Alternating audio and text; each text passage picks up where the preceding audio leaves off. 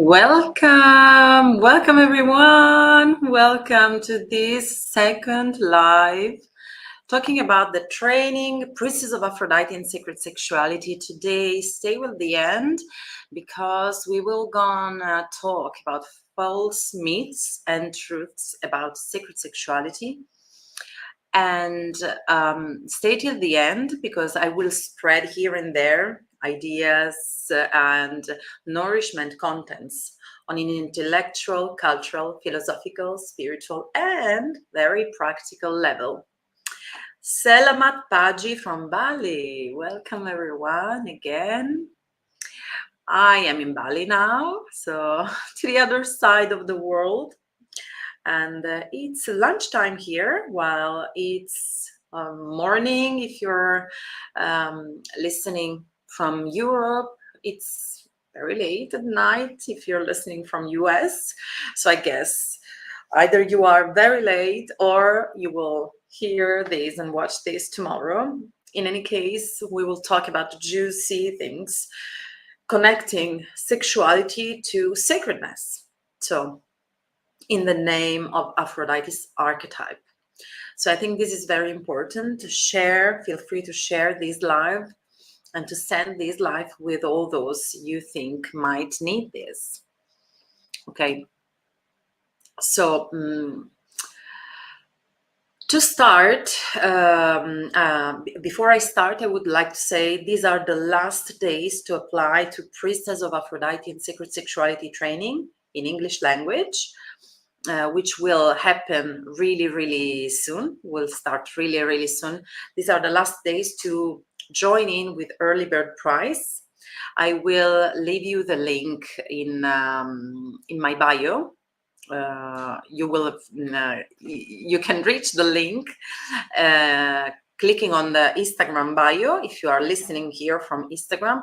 If you're listening here from YouTube or Facebook, I'm dropping the link just right here in the chat, so you can go there. But first, listen to the live because I'm gonna share very precious contents today for you.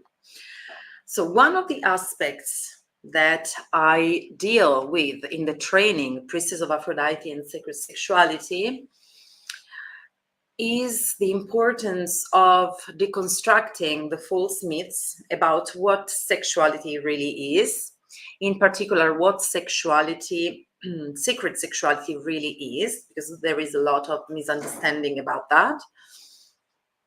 And in particular, even more in particular, I will give a lot of attention to the much more misunderstood female sexuality. So let's start from the point in which everything started, all the distortions about sexuality. Sexuality is the vital force that inhabits every living being, not just human being. So it's really important, and it can't be something wrong.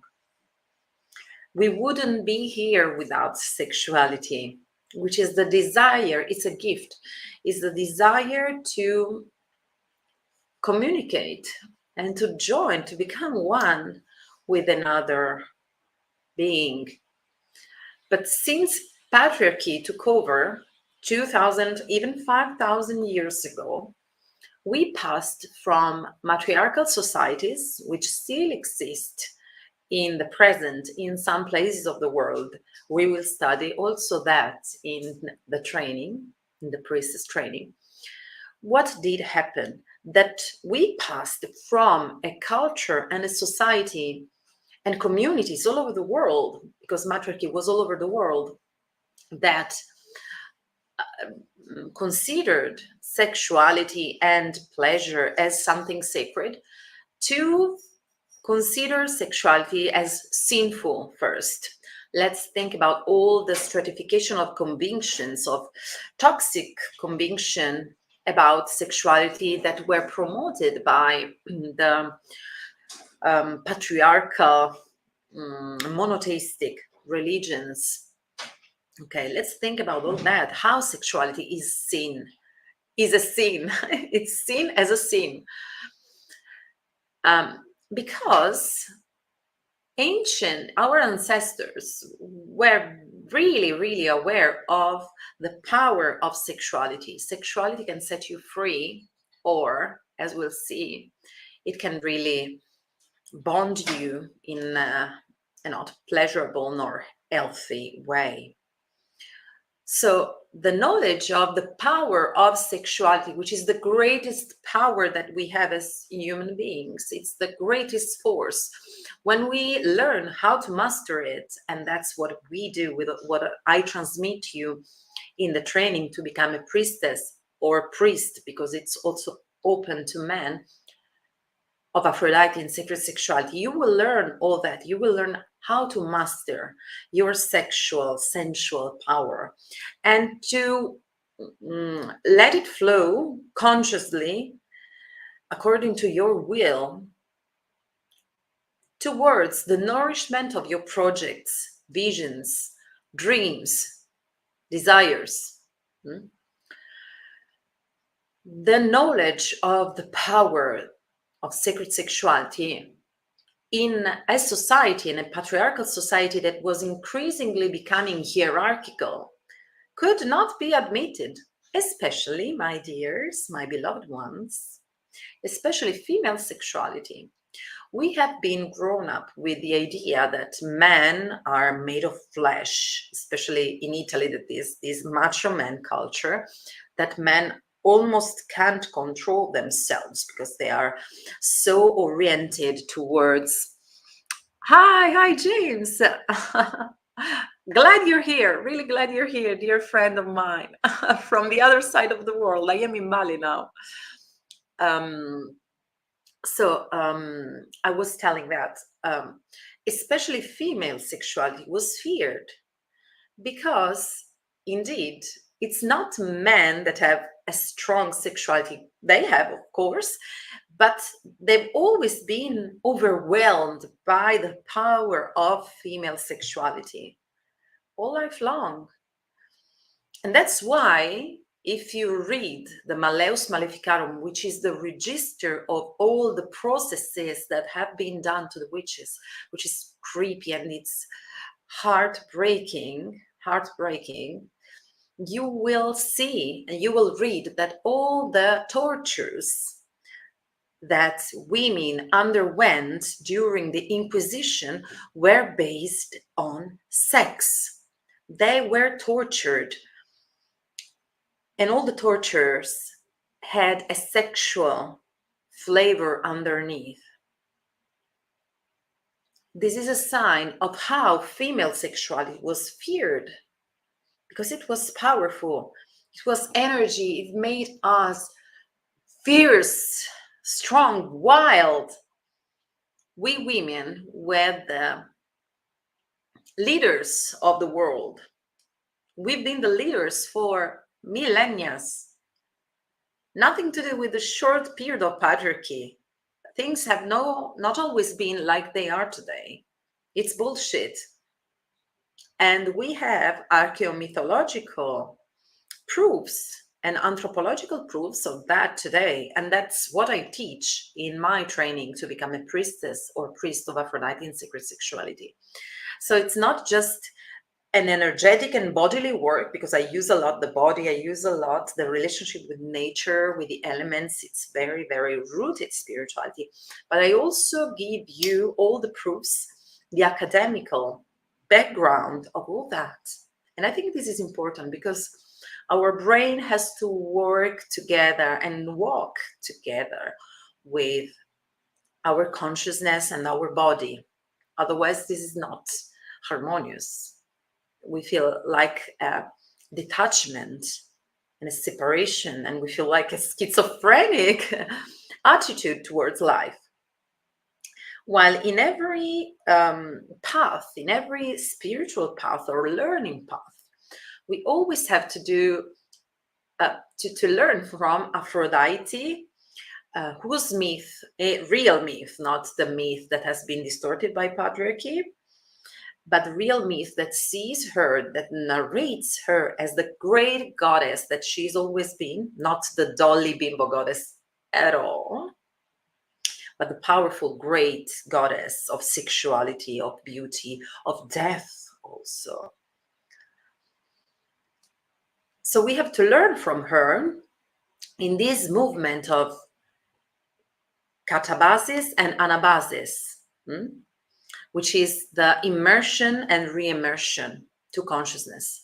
Anytime we want to approach some new teachings, some new consciousness, every kind of teaching, maybe it's spiritual, artistical, intellectual, we have to do this movement of the way to immerse and re-immerse, bringing up to the consciousness again the pearls that we extract, that we can catch from the abyss, from the dark night of the soul. And that's what Aphrodite teaches us. And in diving deep, I discovered that we've not always been like that. Societies have known a time in which sex and pleasure were sacred. But then, in order to control the masses, the people, the elites took this power off and said, sex is sinful. You cannot have sex. And if you have, it's just for procreation. When at the university, I gave the exam of Christian Catholic theology, because I studied also that, I was astonished. And I had goosebumps, not in a positive way, reading some passages in which it was written in those books I studied. There was written, you shouldn't have sex before marriage. If you have, after marriage, it should be quick and without feeling pleasure. And you have to think all the time about the being you're welcoming in your body as a woman or as a man. Should be quick, shouldn't feel pleasure. And I said, oh my goodness, I was already into sacred sexuality. I draw smiles all over the book because it was ridiculous. But I wanted to study because I think that studying as a spiritual teacher and a sacred sexuality teacher is fundamental all throughout life. Even if I've been teaching sacred sexuality for 15 years so far, I still keep researching. And this is something you will love about the training, that it's always updated with new teachings that I bring. Well, then with the capitalism, what happened? That even sex was capitalized. So from sex seen as sinful, societies passed to see sex as squalid commodity. Of course, we have knowledge that in history, sex was also considered as a weapon, as something to punish. There are recordings. I'm talking about journalists and historical recordings and documents that you can read in the remarkable book. This is a gift for you. This is a pearl, so sign it down. I told you this life will be full of gifts, so write it down. You will find all of the records of sex considered as a weapon in the book by Mary Daly, Quintessence, Realizing the Archaic Future. There are all the recordings of things that have happened up to this modern era, where women, but also men, were raped during wars just to state the superiority or the submission of those people. And this is terrible. While with capitalism, with pornography, sexuality went just to the other side of the rotten coin of the distortion of sexuality. So from sin and taboo, it became something to buy, something to exploit. Where, of course, in a patriarchal and sexist society, is something that pleases just men. What did this create? This was the quintessence, the exaggeration of the colonization of the body, sexuality, and desire of women. So with pornography, we passed from the idea that sex was a sin for women, not for everyone. There were in history some lucky women who enjoyed so much sex. They were lucky though. So we passed to the idea that women like certain things that are narrated and vehicled through pornography. No, believe me, no, not for me, nor for the majority of women. They don't like to be penetrated straight away. No one of them. I've written a best-selling book, my second best-selling book in Italy, which you can read also in English, because I've known many of my students abroad are reading my books, even if they are in Italian, because there is an app. There is an app that you just photograph the page of the book and it translates it straight away. The book is Sesso e Afrodite, Sex and Aphrodite. Transform your life with pleasure and sacred sexuality. So I think you would benefit from reading that book, where I explore a lot these themes.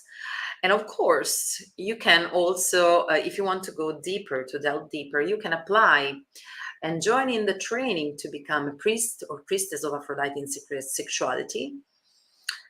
It's made of 3 years, but you don't have to do the 3 years. You can do just 1, 2, or 3, but the majority of people fall in love with this training that they don't want it to finish ever. So the majority of people takes all the 3 years, one after the other, like.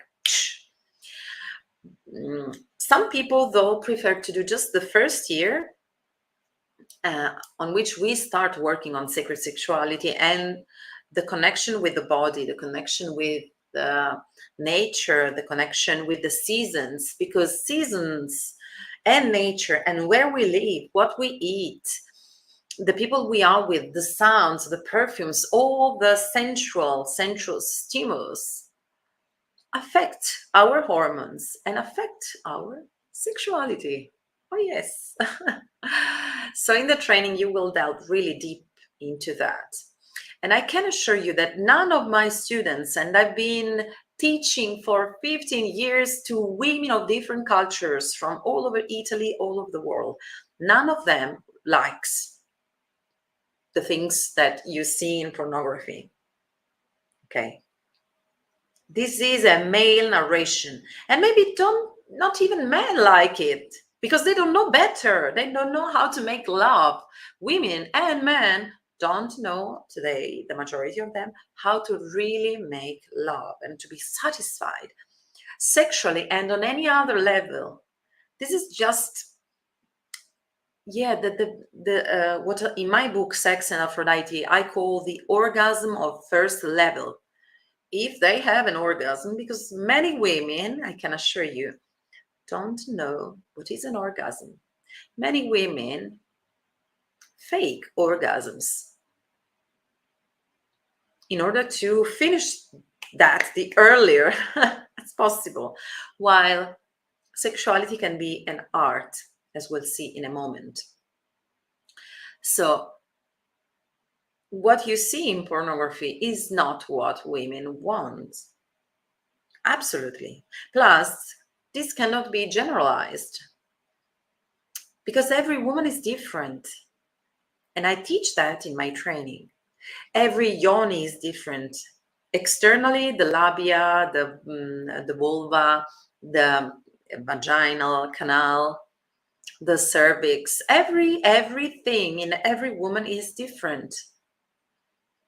And I individuated four or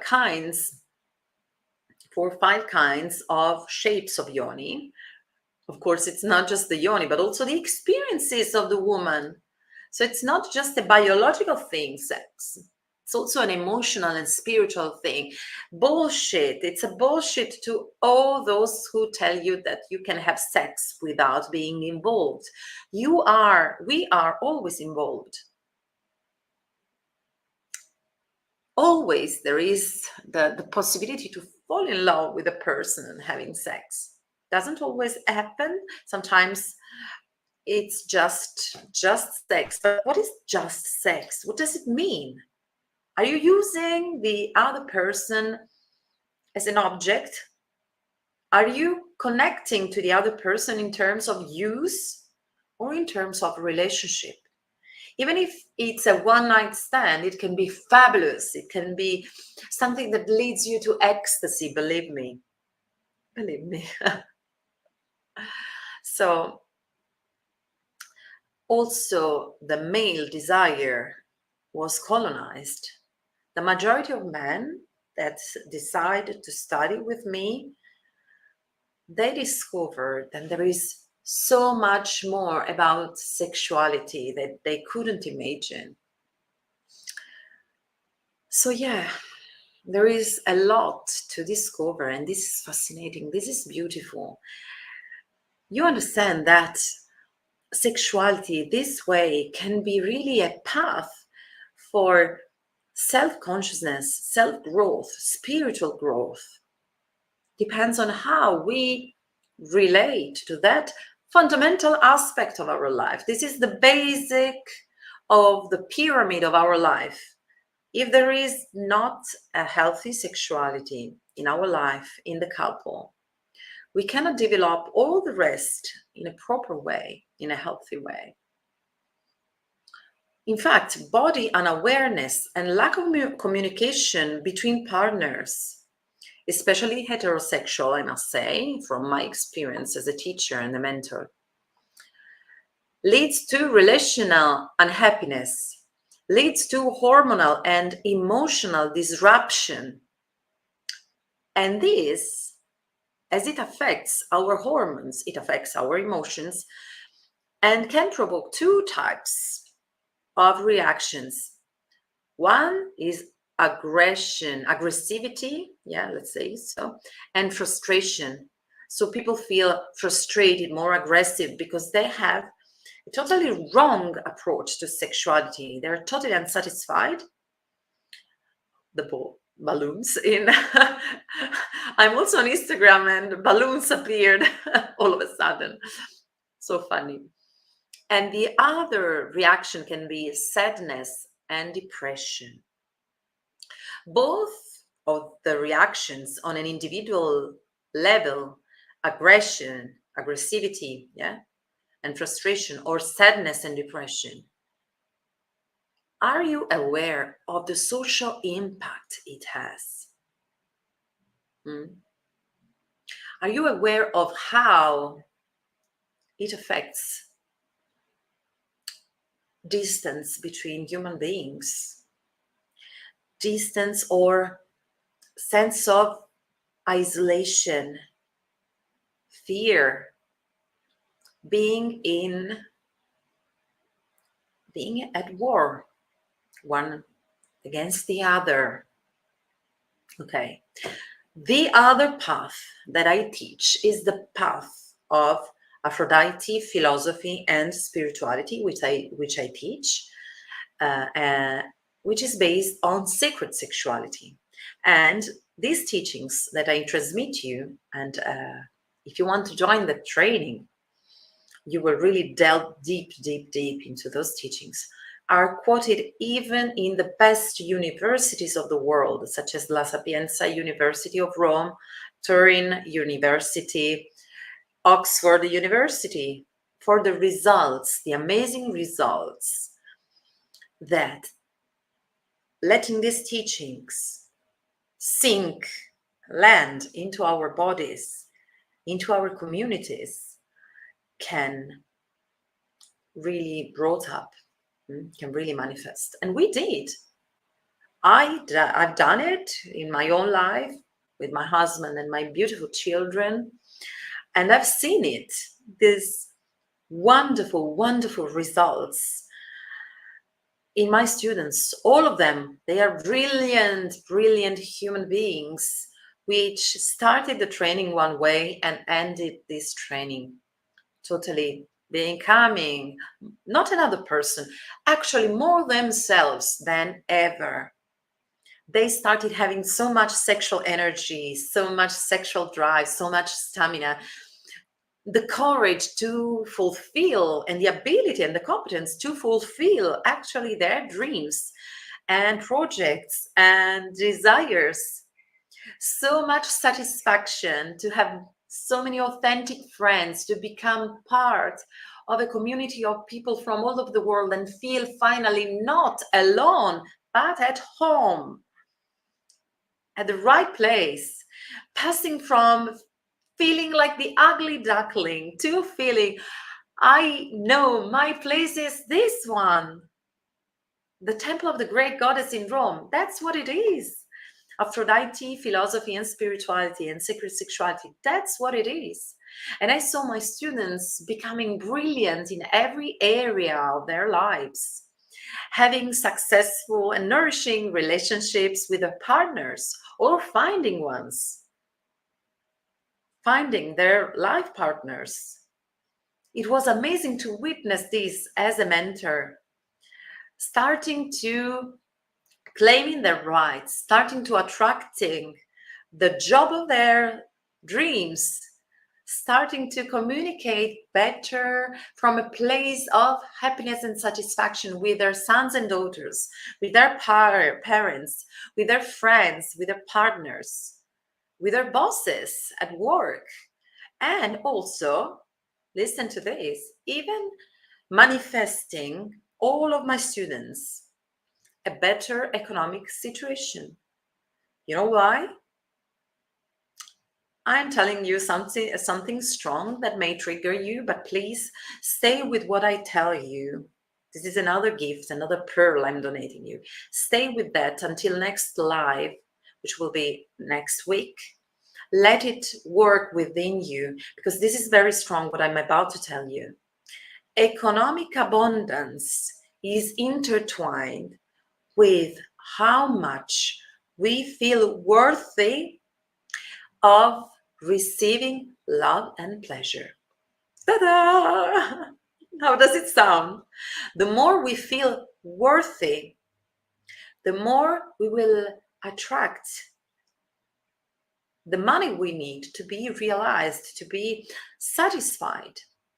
Disclaimer, I am one of the first ones, and that one of the priestesses that promotes gift economy more emphatically, okay? And I do a lot of things pro bono. All the work that I do at the Temple of the Great Goddess in Rome is pro bono. Not my teachings, of course, because that's my life mission and also my profession. And I take it very seriously, okay? And I'm glad it has been recognized also by the best universities of the world, not because we as priestesses, we need legitimation, but because these environments, academia is very patriarchal, and it is born from stealing the knowledge from women, ancient priestesses, shamans, witches, and all our knowledge has been put in universities. So inhabiting those spaces where culture is crafted, where decisions are made, where changes happen, where future is written, that's something that it's not only our right, but we have to do that. We have to do this. We have to claim our spaces again there and bring up new ways of teaching also. and inhabiting the world, bringing values. So, said so, I think this is important to really, really understand the importance of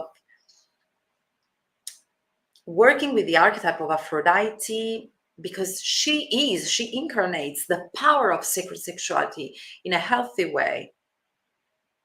Aphrodite's mantra says, make love, not war. Might seem fluffy, might seem simple. This is not simple, because let's decline it.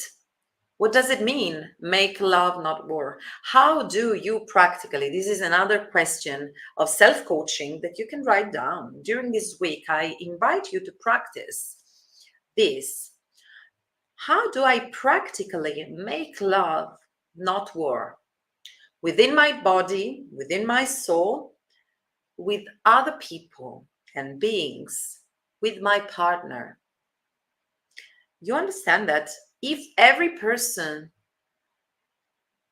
embarks on a journey of self-responsibility, asking himself or herself, how can I make this world better? How can I make love? How can I make craft love artistically and practically? This world would know no wars, only love and pleasure. So the impact of what I'm telling you, it's huge for your own life with your partner, your sexual life, your love life, but also in societies. And that's what I teach at the universities. The social and individual impact of pleasure and Aphrodite philosophy and spirituality. So there are also, I must say, lots of taboos on sexuality, false beliefs about incompatibility with sacred sexuality or some practices. Okay, in my book Sex and Aphrodite, I talk a lot about taboos because there are some things, some sexual practices that for some reason they are not considered sacred sexuality. So what does it mean, sacred sexuality, to you? Tell me, what does it mean? I'm curious. You can write down in the comments. What does it mean? I talked about taboos. Which kinds of taboos do we know? The taboo of shouting out our pleasure, expressing vocally our pleasure while we make love. In Italy, but all over the world, it's very strong, this taboo. All my students have reported that. They feel ashamed of being vocal during sex, but letting the neighbors hear the broadcasts, letting your neighbors hear the war movie you're watching, it's okay. Having high volume of TV while you're watching a movie about war, it's okay. While moaning and sighing for pleasure in sex is not okay. Why? This is a cultural distortion. This is just a cultural distortion. Let me read. Grazie carissima, thank you. Best discussion of sexuality I have ever heard. Amazing. Oh, you're amazing. Thank you, James. Love you. So this is a taboo. Also, anal sex is a taboo. Period sex is a taboo. Oh my goodness, this is the best sex I had. Should not be a taboo. It was a taboo also because menstruations were demonized. Again, patriarchy. Well, menstrual blood has always been considered sacred. And the menstruating woman, wild. So during menstruation, while menstruating, while bleeding, you can have the best sex cervix of your life, and your partner too, believe me, because the cervix lows down so you can have these mind-blowing orgasms that change your life. And really, the majority of people come to me because they just know, the women and also men, they just know clitoral orgasms and first level orgasms, which are orgasms that drain you of all your energy. They're good. I'm not saying you shouldn't explore that, or you shouldn't have clitoral orgasms. Clitoral orgasms are good. They can have the same effect of psilocybin on some people. So it's good, but you cannot rely on that. You cannot be obsessed by that, because there is much more. And that's what I teach you in the training to become a priestess or priest of Aphrodite in sacred sexuality. There are 4 levels more of orgasm, and there are deeper orgasms for women that also the man feels as more powerful. So the deeper you go and the more you learn these techniques, the more you own this knowledge, the more you delve deeper into the mysteries of Aphrodite and sacred sexuality, the more you will be empowered. After sex, how do you feel? You shouldn't feel tired. No, this is not normal, as they made you believe. You should feel energized, that you could go on for hours, and later you could also go for hours dancing, if you like to dance. Because sexual energy should be nourishing, not decreasing your own prana, your own chi, your own energy. That's why the majority of people ask me, why are you so young and such a young age you did all those things and so good? Finding the love of my life, having 2 beautiful children, raising them consciously, creating the first goddess temple in Italy, running it, training women and men from all over the world, organizing spiritual retreats in Rome and in the center of Rome, writing 2 best-selling books, collaborating with universities, writing other books with the best professors in university, and many other things, many other things that I do. Traveling through time and space, that's the secret of sexual energy. And the more I learn about it, because I keep learning all my life, there is always more. We know nothing about sexuality. I've been studying and teaching sexuality for 15 years, teaching, 20 years studying about the body techniques, the breathing, the hormones.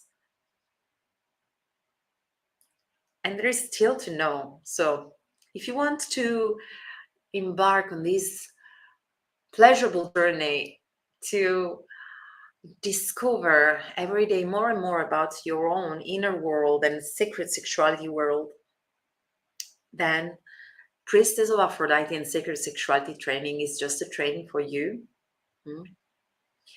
And it's a training where you will learn about all those topics that I said very in detail, both on an academic and scientific level, anthropological, archaeomythological level, with the archetype of Aphrodite embracing us, because she helps us becoming whole again.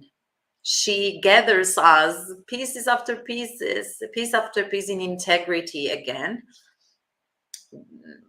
giving us back our sexual strength, our sexual strength.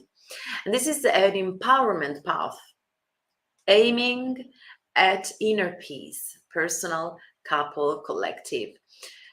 Peace, attention, peace doesn't mean being passive. On the contrary, pleasure, which is the core of my teachings, is power. Orgasm is sexual liberation, as I said, not just the clitoral orgasm, but you will learn many other kinds of orgasms. There are orgasms that give us power, as I said. So this is something that I want every person to know this. As soon as I discovered it and I taught it to my students, and I saw all of my students benefited from that, and all of them go on the page, on the internet page uh, of the training to become priestesses of Aphrodite and sacred sexuality. If you're from Instagram, you can find it clicking on the link in my bio.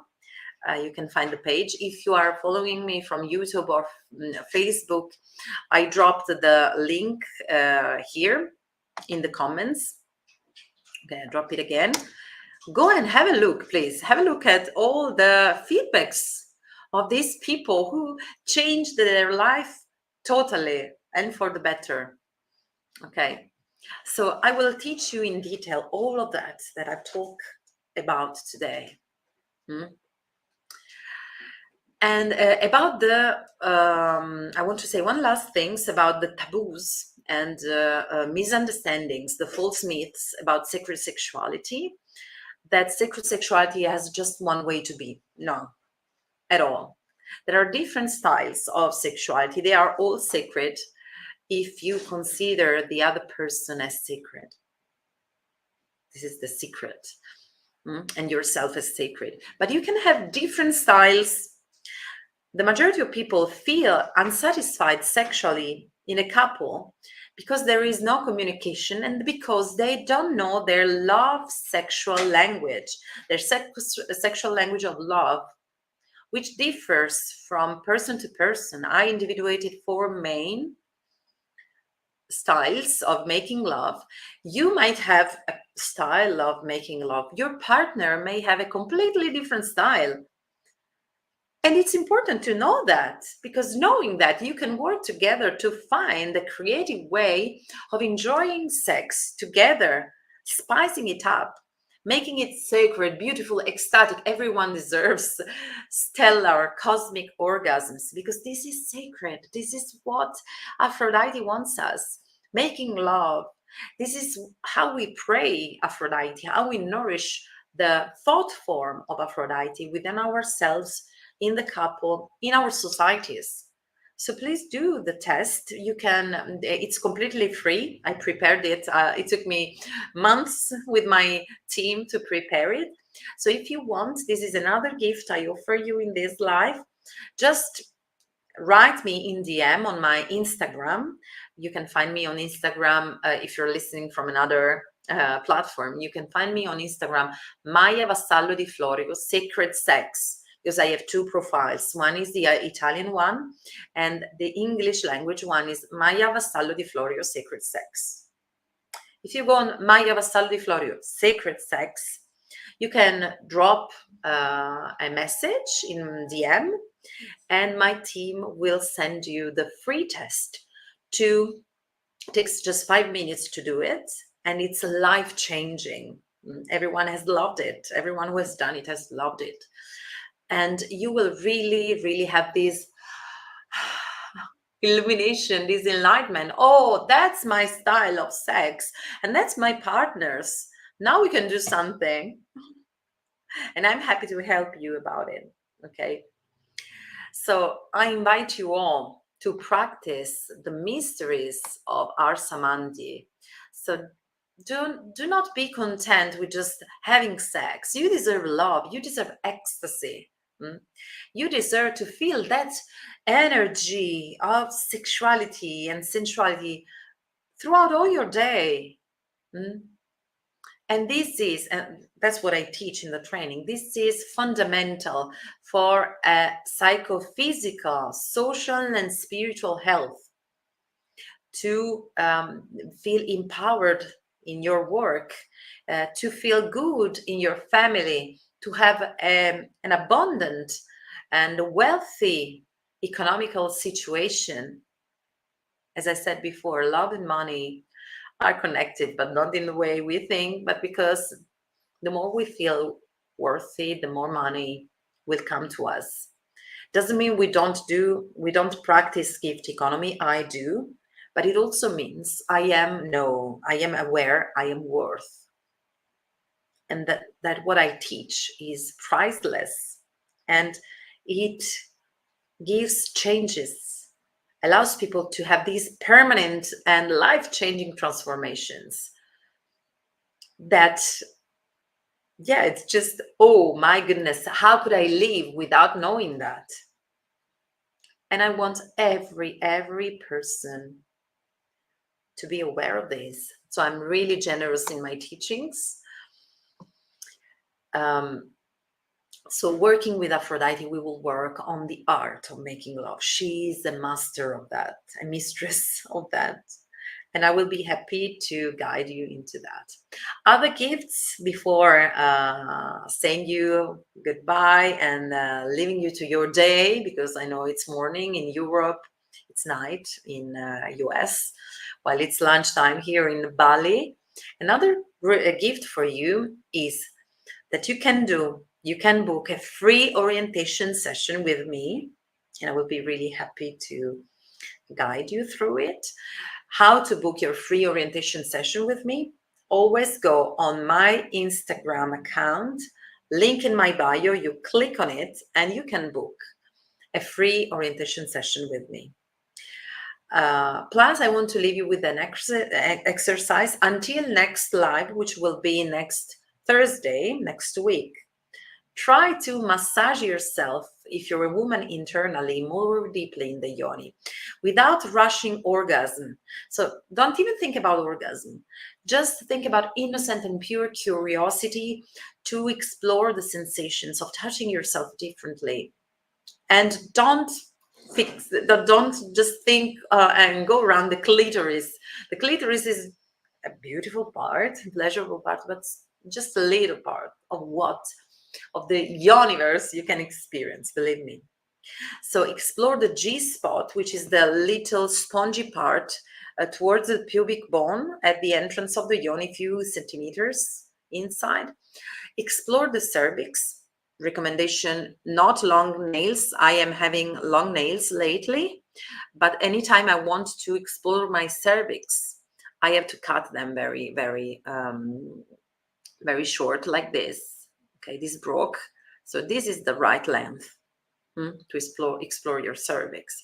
And start during this week, before we meet again next week, next Thursday, start educating your body to experience different types of pleasure, from the ordinary and known ones to new ones. Let's just discover what happens.